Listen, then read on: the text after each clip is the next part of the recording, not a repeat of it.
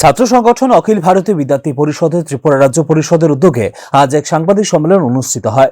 এই সাংবাদিক সম্মেলন মূলত ত্রিপুরা বিশ্ববিদ্যালয়কে জড়িয়ে মূলত বিশ্ববিদ্যালয়ের উপাচার্যের বিরুদ্ধে আজকে সাংবাদিক সম্মেলনে কথা বলতে দেখা গেছে ছাত্র সংগঠনের নেতৃত্বদের। বিশেষ করে উপাচার্য হিসেবে যোগদান করার পরেও কেন বিশ্ববিদ্যালয়ের বর্তমান উপাচার্য মাত্র কয়েকদিন আগে টেকনিক্যাল স্টাফ যে নেই বা অভাব রয়েছে বিষয়টা জানতে পারলেন না।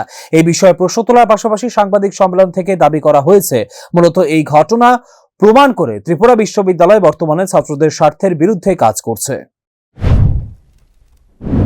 এর পেছনে যদি আমরা মনে করি ত্রিপুরা ইউনিভার্সিটির ভিসি মহোদয় তথা ওনাদের এক্সাম কন্ট্রোলার থেকে ওনাদের বিশাল বড় ষড়যন্ত্র আমরা দেখছি, যেখানে উনি যেখানে বলছেন যে টেকনিশিয়ান নেই, উনি বিগত পরশুদিন জানতে পেরেছেন।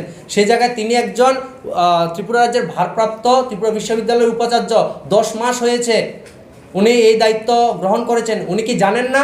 তাহলে এটি কি কোনো ষড়যন্ত্র নয় ছাত্রছাত্রীদের এই ভবিষ্যৎ নষ্ট করার পিছে ভিসি মহোদয়ের?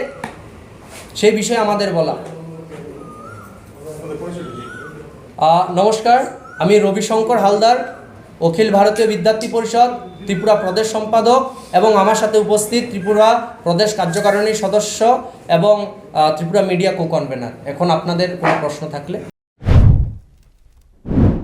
এই সাংবাদিক সম্মেলনে সংগঠনের ত্রিপুরা প্রদেশের সাধারণ সম্পাদক রবিশঙ্কর হালদার সহ অন্যান্য নেতৃত্বরা উপস্থিত ছিলেন।